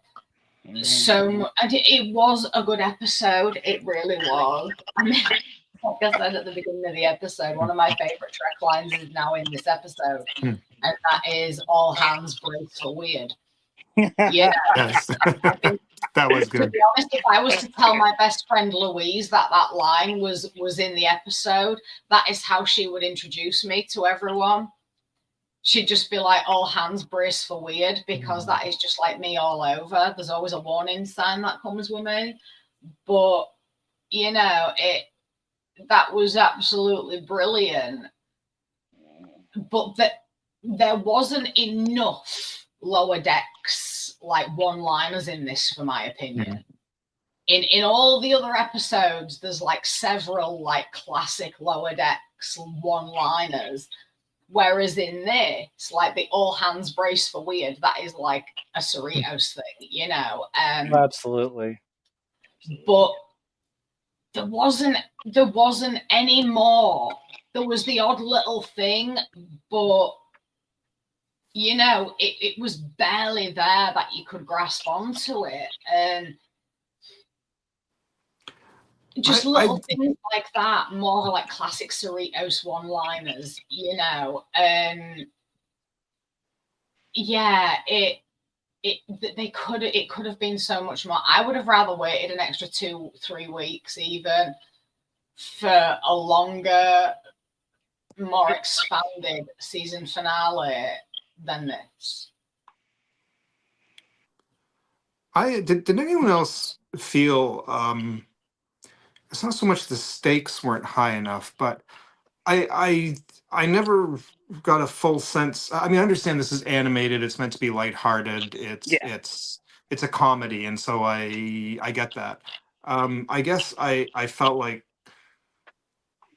despite the fact this was the entire galaxy was in danger, the entire universe, I never felt like anyone was going to be in any serious danger. Like this was all going to come together in a nice tight bow. They're going to solve it. They're going to come together, and yay, we did it. And which it did. And I kind of, I wasn't sure if they were going to, if a character was going to die. But I kind of knew that wasn't going to happen. And Yeah, there so wasn't there that wasn't that. impending sense of doom.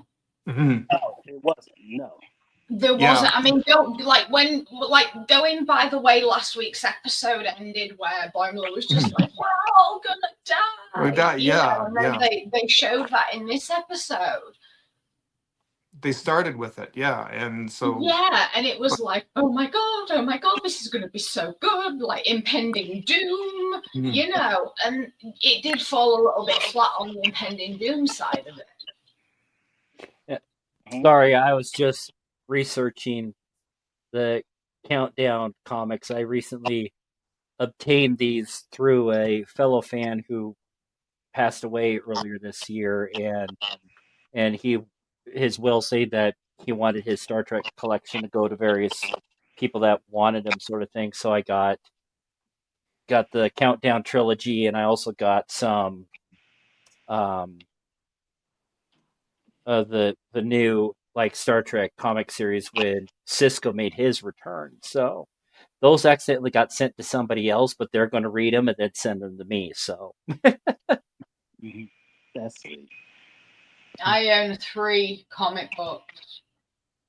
but yeah, all the star dates in the Picard in that was like supplemental. So he didn't give any star date to kind of give time frame, but with the way that Lower Decks is going, kind of like overlaps to that time when Picard possibly took command of the Verity, which in turn means that he gave command to Worf of the Enterprise. Yeah, I own 1 Star Trek graphic novel, and I haven't even broken the seal on it. It's a hardcover one.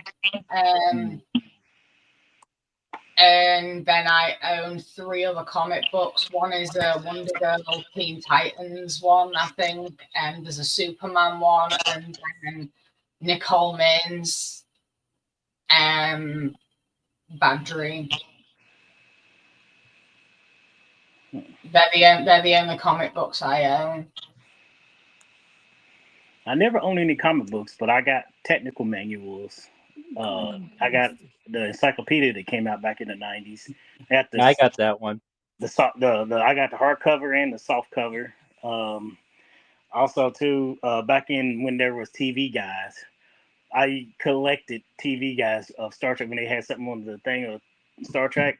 good times. I got those subverts, and when Deep Space Nine was going off the air, I ran to ran to a grocery store to just look for the TV guys, and believe it or not, they had 4 or 5 different TV guys, and it was I don't remember.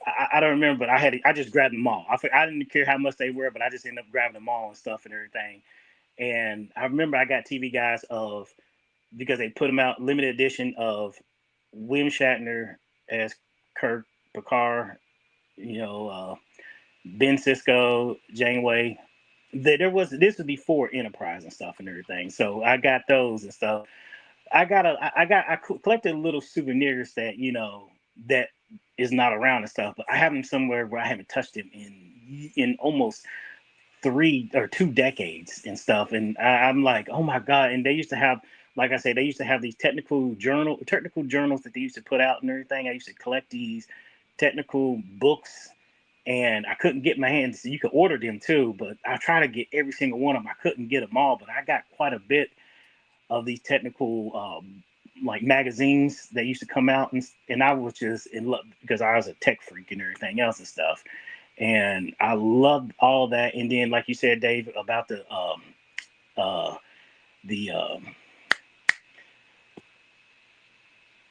was it? The encyclopedia, the Star Trek encyclopedia. I went through that almost from front to back. Even though I didn't know some of the stuff in there, I still did my best to learn what was I reading and stuff and everything, and I enjoyed it. I just so loved all that, and then everybody, I don't know if anybody remember, but back in I think 1990 or 1989, there was a Star Trek technical manual that came out about the Enterprise D. Oh my goodness, that was my first Star Trek book that I ever got and read.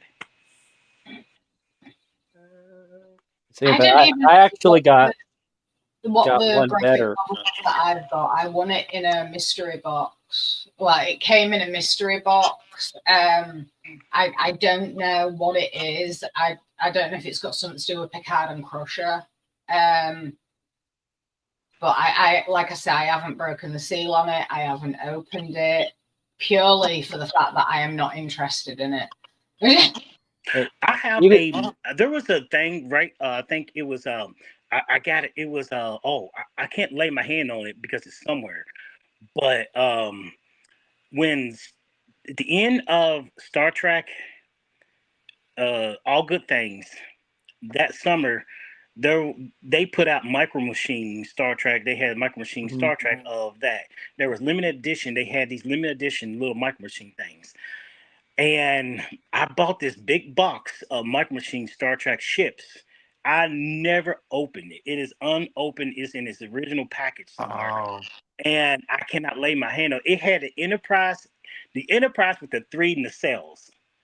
It was limited edition. It was limited edition with the Enterprise with its 3 nacelles. I have that somewhere, and it's an unopened like box of full of ships, from All Good Things and various other Star Trek and stuff.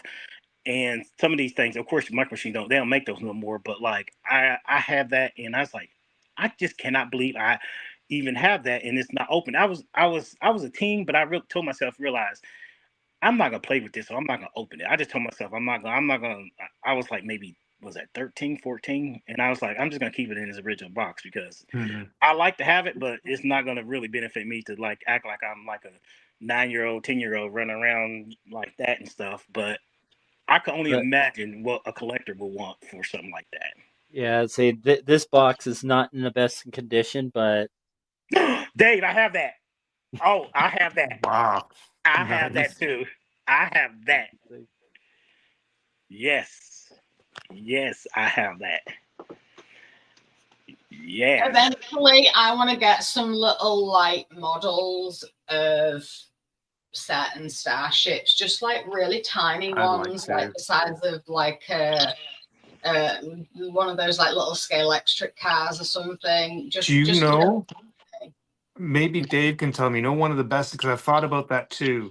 A friend of mine used to collect these. Was the was it the Hallmark ornaments? Mm-hmm.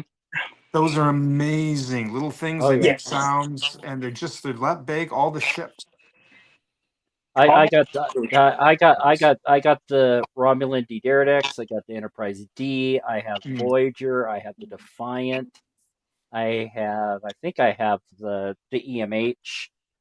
And they came out for a limited edition and limited time too. So if you have those, those are something that you keep handy and stuff. Yeah. And the value of it goes up, because something like that's of no interest to me. I mean, I've got non-personalized special edition books that in 10 years they could be worth hundreds.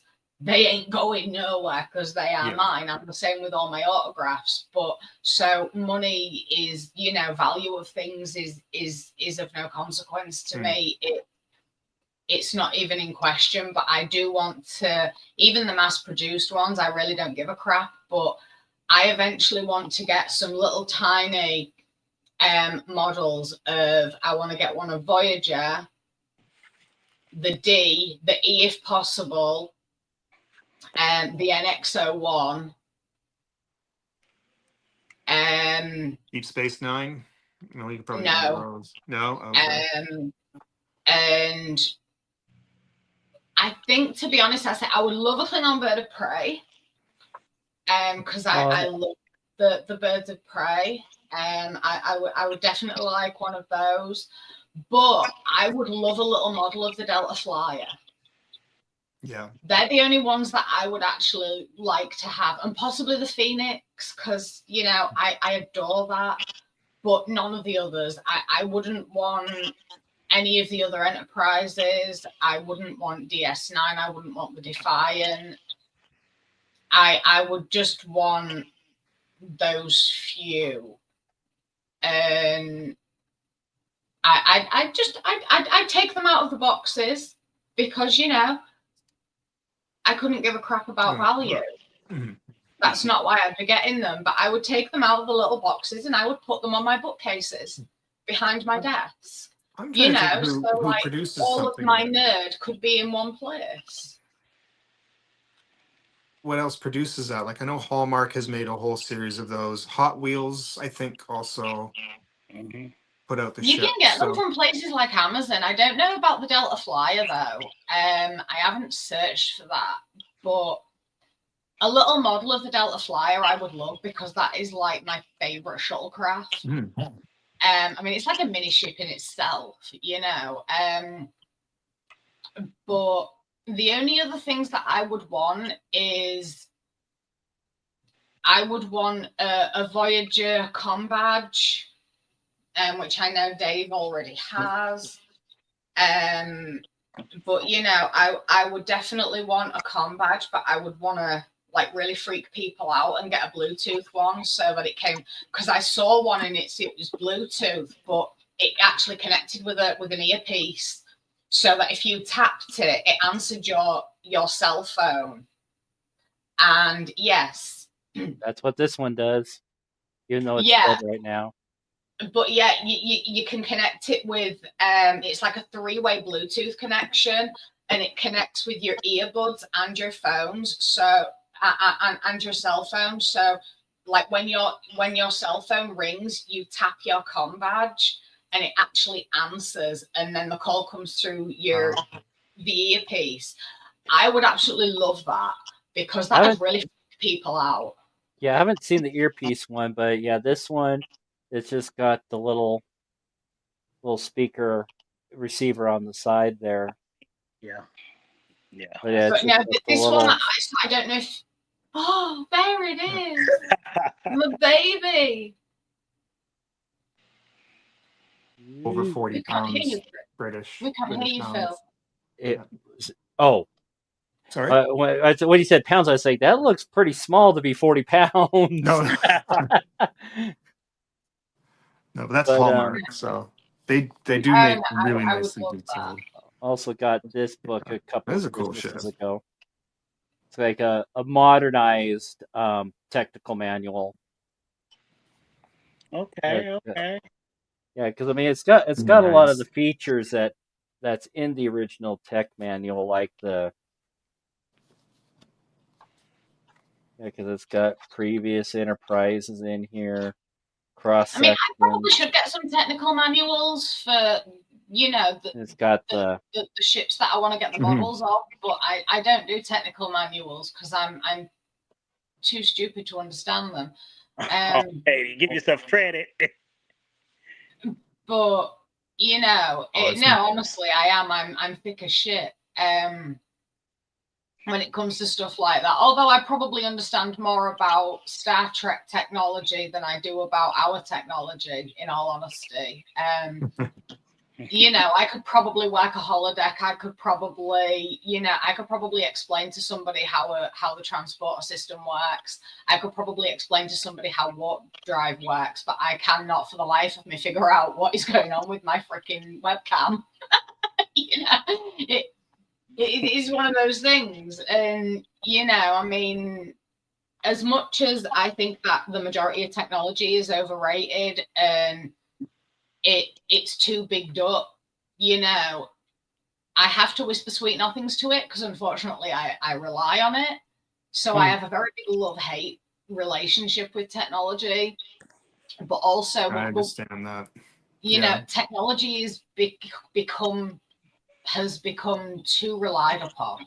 I mean, all right, I know we're using like technology right now, but this for me is like an acceptable advancement in technology to communicate with friends across the world to deliver a message across the world for people around the world to get together to discuss something they love, like Star Trek, you know, and to exchange ideas that, you know, and like a safe space. But when it comes to other technology, like cars that drive themselves and can reverse park on their own, I would not even get into a car with that technology.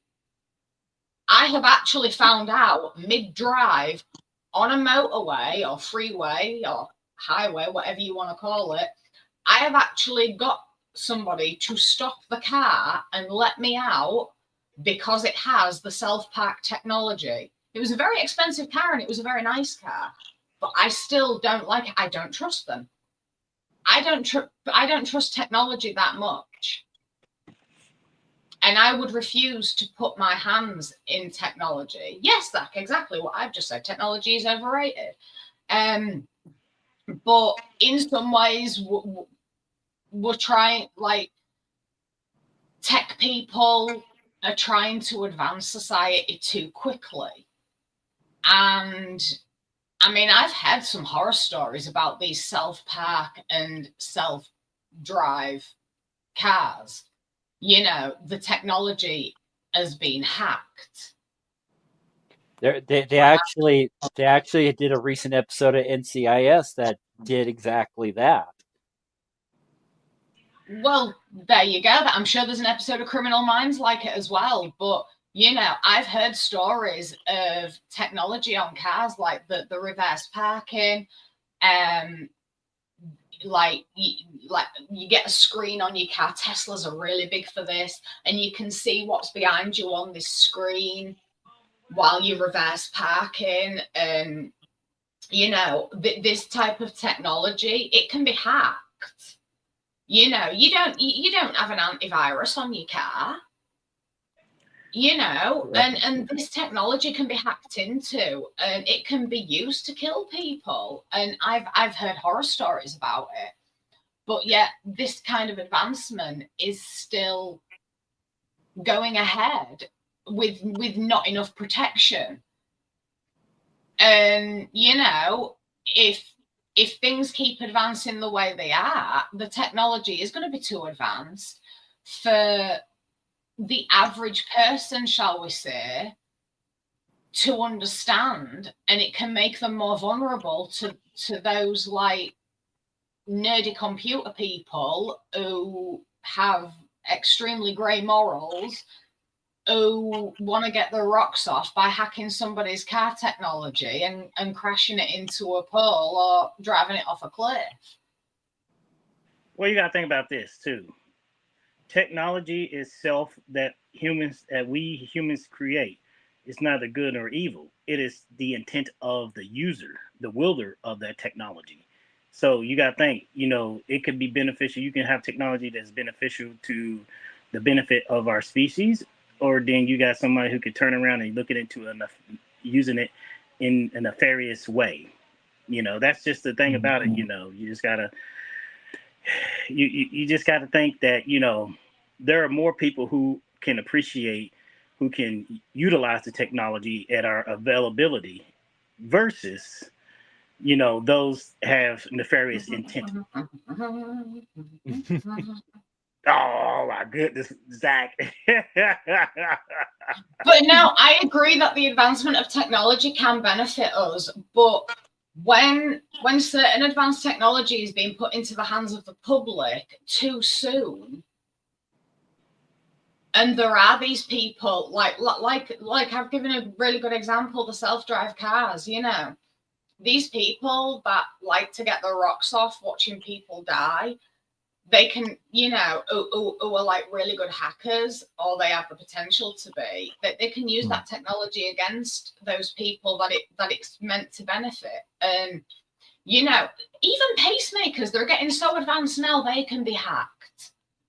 You know, if I ever have heart problems, which, you know, touch wood and touch better wood, I don't ever have a heart problem that needs a pacemaker, I would outright refuse one. Because I know that pacemakers now can be hacked. Well, modern pacemaker, there are pacemakers that, you know, that before I mean, they're antiquated, but you got to think about like, do you want one that is digital, or the ones that are not that are not like hooked up to. The non-digital ones are getting phased out. This is what I'm saying. They're phasing out the older type, and within the next, what is it? Did they say like 5 or 6 years?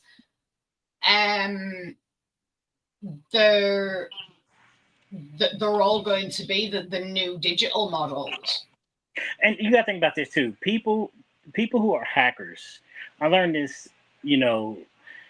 They like challenges. Hackers are the type of people when they see something, new technology or any kind of technology, for them, they are the type of people who mindset is, I want to see if I can hack this system, because they like challenges. Hackers are not so much people who are looking for, ransom or anything. There are hackers out there who want to do it just because, as you say, some people will do it for, malicious way, but there are those that do it because they want to see if they can hack any technology. If any technology on the face of the planet can be hacked, no matter what it is.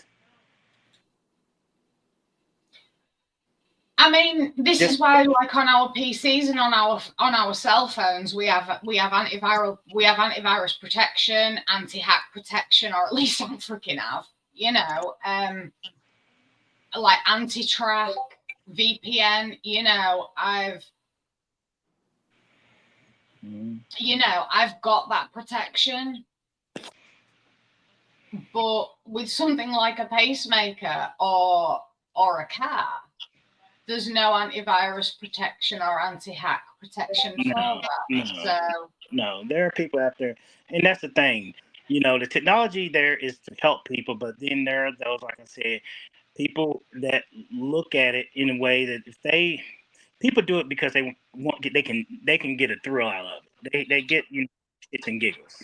They can see like, oh, I can blah blah blah with this person, or I can, I have this power with somebody and stuff, and you got and that percentage is pretty small. I'm just hoping that there is not a lot of people out there who look at it like, I just wake up one day and I want to like, take somebody out by, messing up their pacemaker. I just hope there's not somebody like that out there who just wake up one day, just feel the need that they feel that they just want to, do something to, kill them. But it didn't happen. But anyway, it's getting close to 10 o'clock, Dave. Yeah, it's starting to get a little late here too. I still have to do some step work for my AA meeting tomorrow night. But was there anything else that kind of stuck out for any of you before we start kind of letting it go? Other than like the one thing, Admiral Freeman's face when Cassio say, let's get you all slanted with our homemade disinfectant gel, and he's like, she's kidding, right? And Captain Freeman's like, nope, ha ha ha ha. Just the way he just kind of like all bug-eyed. He's like, what the fuck am I getting myself into? For me, the one thing that got me when they was when they was walking on the bridge, and they was talking with Mariner, and she said she lit her bed on fire. I was like, she was honest about it. Like, oh my God, you left your bed on fire? You lit your bed on fire? Because she was angry her mother left and stuff, but she was also happy. But she was just totally nonchalant about that. Like, yeah, I just lit my bed on fire, and just kept going on about it. But I was like, what? Well, since we don't have any new episodes to talk about until Section 31 next month, we're going to go retro again. And I mentioned it to Katie backstage. We're going to talk Starship Mine. I think that'll be a good episode to talk about for next week. Kind of like a Die Hardish, so it's with the holidays and all that. It's like, yeah, I think it might work. Okay. Well, guys, what's the date for that one? With New Year's being on a Wednesday again, I'm thinking we're going to try again on Monday, and I don't know if next Monday starts working, and because like with Tyson, he's got RadioNet on Mondays and Wednesdays, so it doesn't really matter which day I do it. Zach, it'll help him tremendously because he's working on Wednesdays, and he put in a request to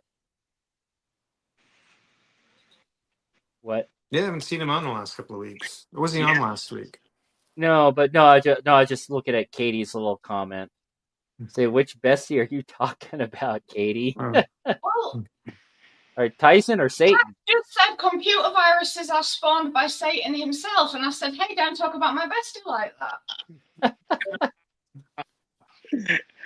that. Oh boy. But And- Zach, you work on Mondays and Wednesdays, Zach? Mondays, What the okay. heck? Zach, you are a gorgeous nerd. You need to be on here. Well, at least he's able to chat, but How dare can't do you it on work? How dare you work and abandon us, Zach? oh. Zach, do you need a daddy to take care of you? Oh dear. Don't go chasing him off now.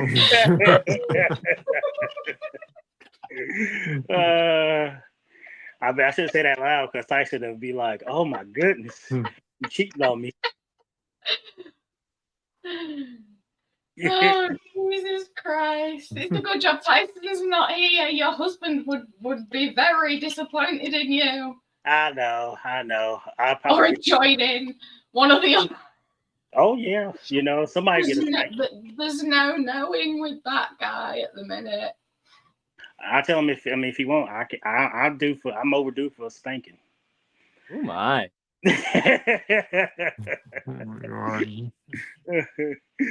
Oh, But guys, I'm gonna. Sorry, I can't be a sugar mama.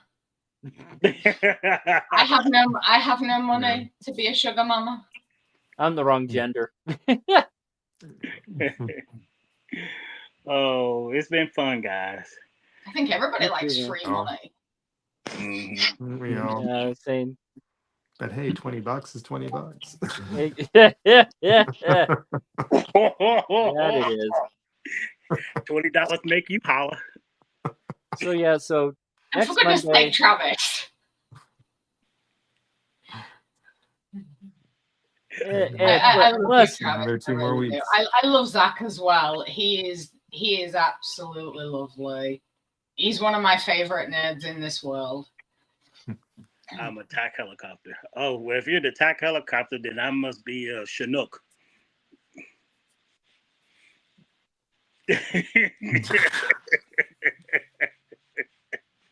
oh, we are going off the rails. Folks.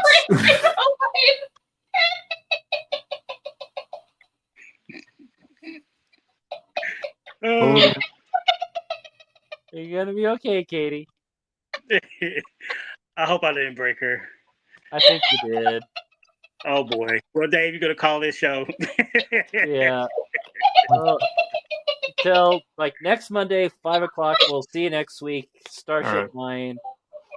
Peace out. Bye, guys. Happy holidays.